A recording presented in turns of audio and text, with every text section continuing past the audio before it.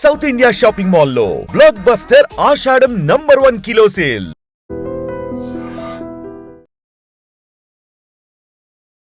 బీహార్లోని నౌటోల్లో వింత సాంప్రదాయం, వాళ్ళ ఆచారం మనందరికీ ఇప్పుడు చాలా ఆశ్చర్యాన్ని కలిగిస్తుంది. అవును, గత 2 రోజులుగా సోషల్ మీడియాలో ఈ పాముల వీడియోలు చూస్తుంటే ఎక్కడ అసలు ఏంటి ఇలా పాములు మెడలో వేసుకొని ముద్దులు పెట్టుకుంటూ మరి వారంతా నడుచుకుంటూ వెళ్తున్నారు అని ఒక ఆశ్చర్యం. అవును, బీహార్ నౌటోల్లో 300 ఏళ్లుగా ఈ సాంప్రదాయం కొనసాగుతుందట. నాగపంచమి రోజున సాధారణంగా అందరూ ప్రత్యేకమైన పూజలు చేయటం, పాములకు పాలు పోయటం, ఈ రకంగా మనం పూజలు చూస్తూ ఉంటాం.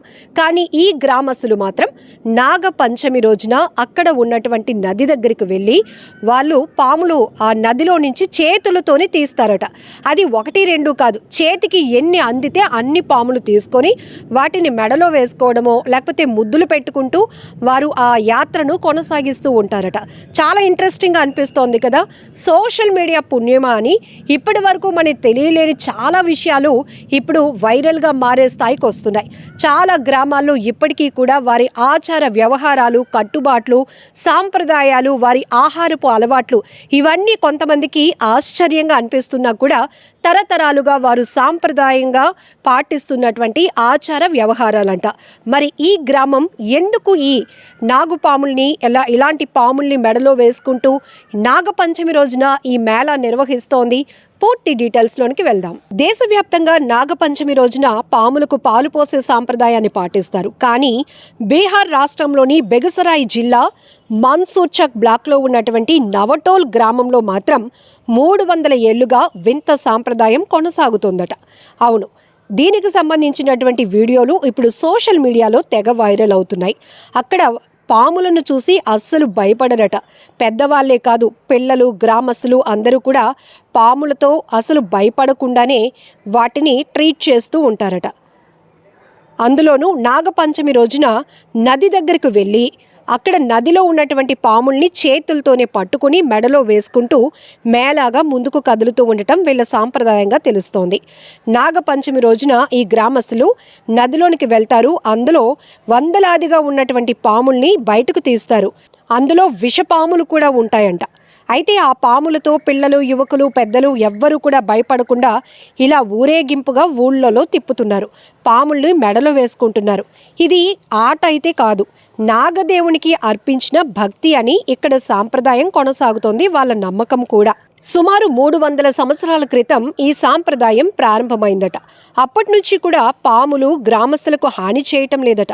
నాగదేవుడు ఈ గ్రామాన్ని రక్షిస్తాడనే విశ్వాసం బలంగా ఉండటంతో ప్రతి నాగపంచమి రోజున వీరు ఈ సాంప్రదాయాన్ని కొనసాగిస్తూ ఊర్లో ఊరేగింపు నిర్వహిస్తున్నారు.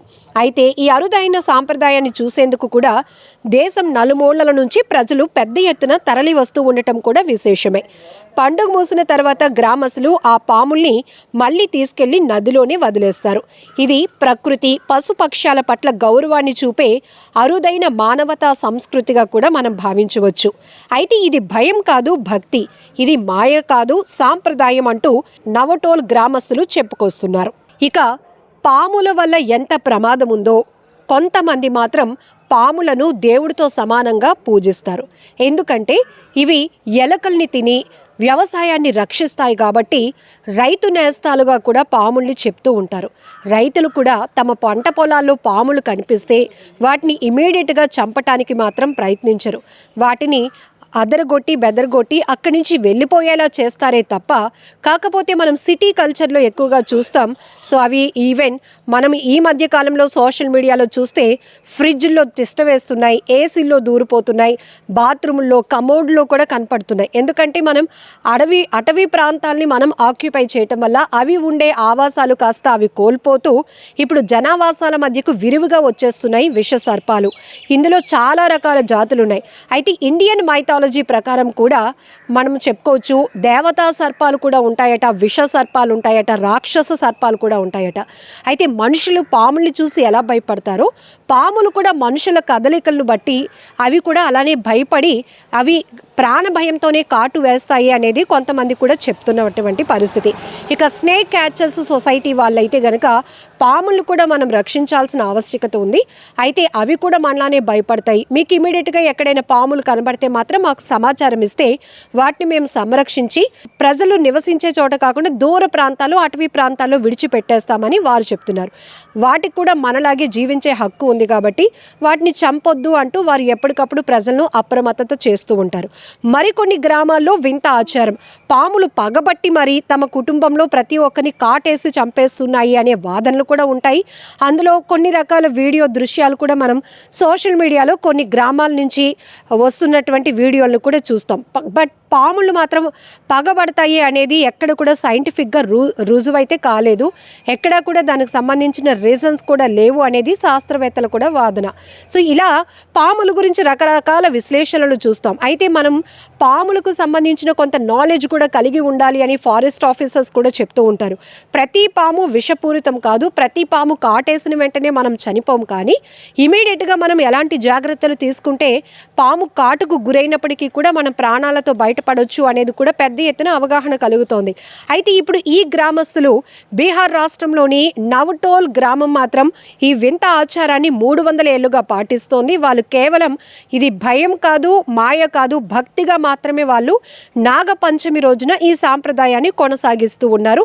ఈవెన్ వారు నదిలో నుంచి చేతులతోనే తీసినటువంటి పాముల్ని మెడలో వేసుకుంటూ ఏదైతే ఊరేగింపు చేస్తారో తిరిగి మళ్ళీ అదే నదిలోనికి వాటిని విడిచిపెడుతూ ఉండటం కూడా ఇక్కడ చాలా ప్రత్యేకతగా చెప్పొచ్చు. సో సోషల్ మీడియా యాక్టివ్ అయిన తర్వాత ఈ వింత వింత విశేషాలు బయటకు వచ్చిన తర్వాత ఆ గ్రామంకి ఈ వింత ఆచారం జరిగిన రోజు చూడటానికి కూడా చాలామంది వెళ్తూ ఉంటారంట. నిజంగా చాలా ఇంట్రెస్టింగ్ అనిపిస్తోంది కదా ఈ వీడియో.